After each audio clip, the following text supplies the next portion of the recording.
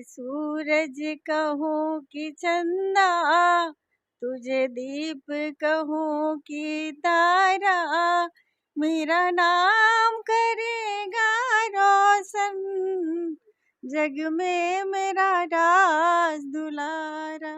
पूरे देश में 5 लोगों का सिलेक्शन हुआ, देख सकते हैं, और 5 में मीरगंज का एक लाल ऋषभ शंकीर्तन ने उस 5 में अपना एक स्थान बनाया।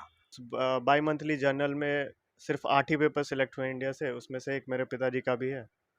ऋषभ शंकीर्तन जी मेरे साथ हैं और देश के सर्वोच्च तकनीकी का जो एक शिक्षण संस्थान है आईआईटी दिल्ली, उसमें इन्होंने नामांकन का अपना एक जो प्रक्रिया होता है उसे पूरा कर लिया है। अर्थात आईआईटी में अब देश के सबसे सर्वोच्च शिक्षण संस्थान जो दिल्ली का होता है उसमें इन्होंने नामांकन का पर्चा अपना दाखिल किया और स्वीकृत हो गई। उसमें अभी पढ़ेंगे, उसमें इनका नामांकन हो गया। इनसे बात करते हैं कि देश के सर्वोच्च जो शिक्षण संस्थान है उसमें जाने के लिए कितना परिश्रम करना पड़ा, उसमें जाने के लिए बड़े बड़े सुरमा और भोपाली लगातार प्रयास करते हैं, लाखों करोड़ों खर्च कर देते हैं, उसके बाद भी उपलब्धि हासिल नहीं होती है।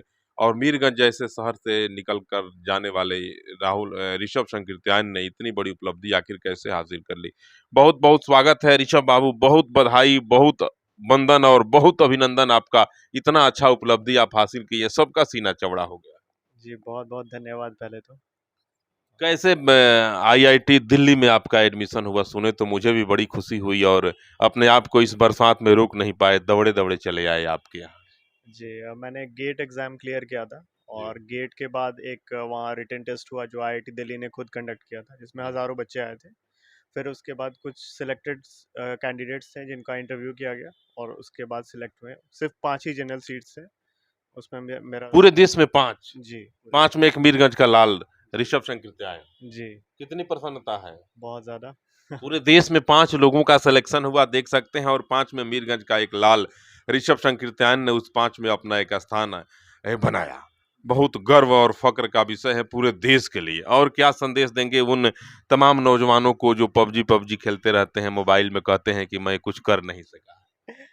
जी निरंतर प्रयास करने से ही कुछ हासिल होगा। पिछले साल भी मैंने एग्ज़ाम दिया था बट उतना अच्छा रैंक नहीं आ पाया, बट इस साल मैंने फिर से दिया और इस साल क्लियर कर लिया।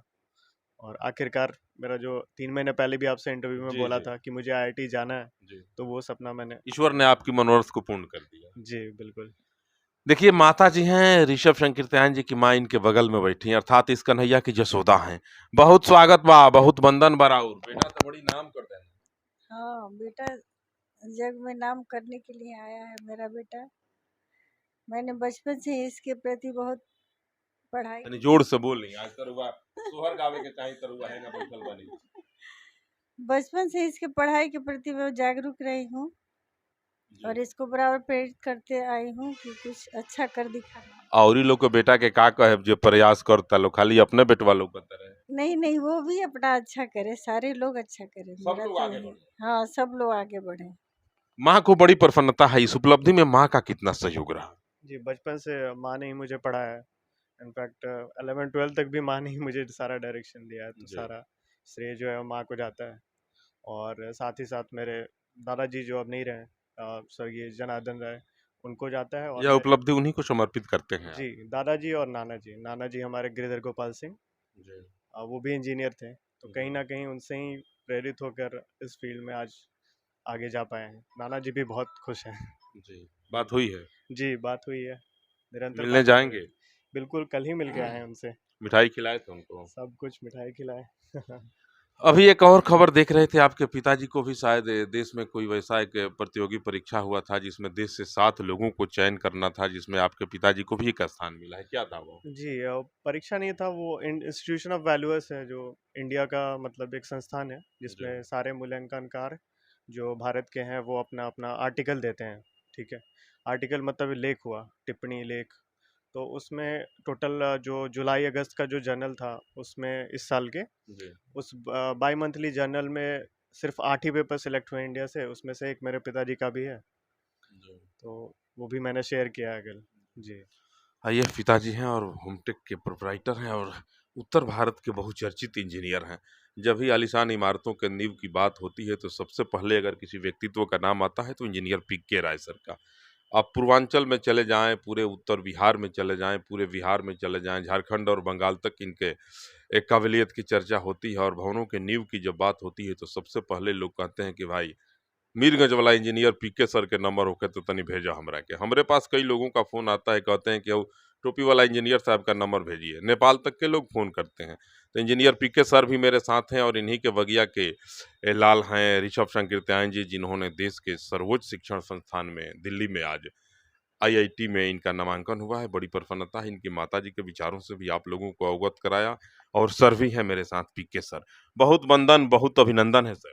चलिए, बहुत बहुत आप लोग को भी धन्यवाद, प्रणाम। जिसका मुझे था इंतजार वो घड़ी आ गई। बड़ी लंबे अरसे से आप लोग इंतजार कर रहे थे कि दिल्ली के आईआईटी में बेटे का नामांकन हो जाए। भगवान ने आपकी इच्छा को पूर्ण कर दिया। कितनी प्रसन्नता है। बहुत प्रसन्नता है, चूँकि उसकी हार्दिक इच्छा थी। वो तो तमाम एग्ज़ाम में बैठा हुआ था जी। और बहुत सारा रिज़ल्ट उसका आया हुआ है, लेकिन उसकी हार्दिक इच्छा थी कि मैं आईआईटी में जाऊँ। जी। और उसकी इच्छा को देखते हुए अब मेरे अंदर भी वो चीज़ इच्छा जागृत हो चुकी थी कि नहीं, अगर बेटा जाए तो आईआईटी में जाए। उसका ये ख्वाब पूरा हुआ, मेरे लिए बहुत प्राउड की बात है। जी। इस सावन में भगवान भोलेनाथ आपके परिवार पे साक्षात सहाय हो गए हैं। बिल्कुल, बिल्कुल। बेटे का नामांकन हो गया दिल्ली के देश के सबसे बड़े आईआईटी में। अब इस खुशी को आप लोग बांट ही रहे थे, लोगों में शेयर कर रहे थे, तब तक एक और खुशी मिल गई कि देश में क्या एक था जिसमें 7 लोगों को चयनित होना था, उसमें आपका भी चयन हो गया। जी, जी। आपने भी देश में एक बहुत मजबूत उपलब्धि हासिल की है, वह क्या है? जी, जी। वो एक्चुअली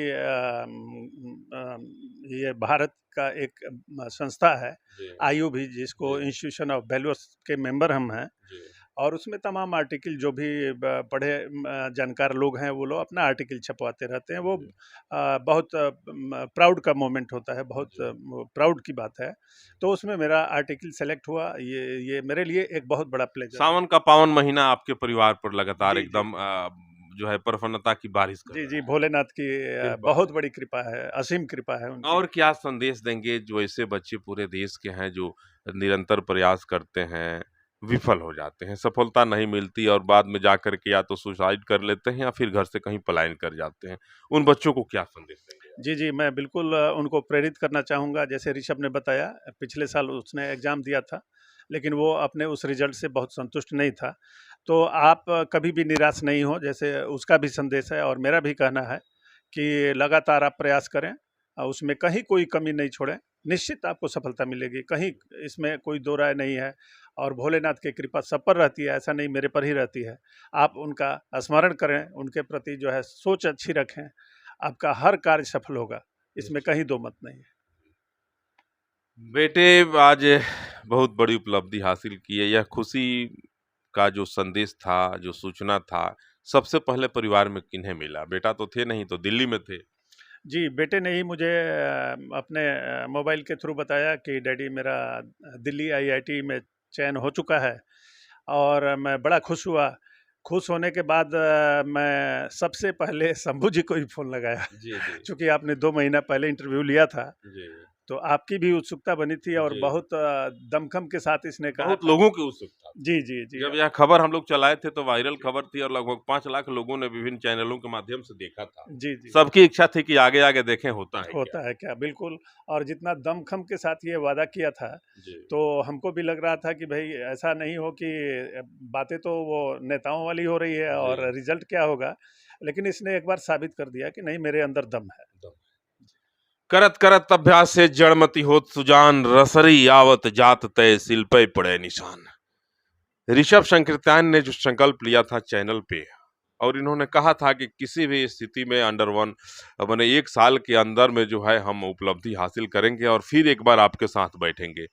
आपने अपने वादे पे कायम रहा। जी, आप कहे थे कि 1 साल के मध्य ही आपके साथ बैठेंगे और अपनी उपलब्धि को आम लोगों तक पहुंचाने का प्रयास करेंगे। जी, कोशिश तो यही थी उस समय से। जी, पिछले साल ये जो सपना था वो बहुत पहले से था, बचपन का सपना सबका होता है, जी, आईआईटी में पढ़ना।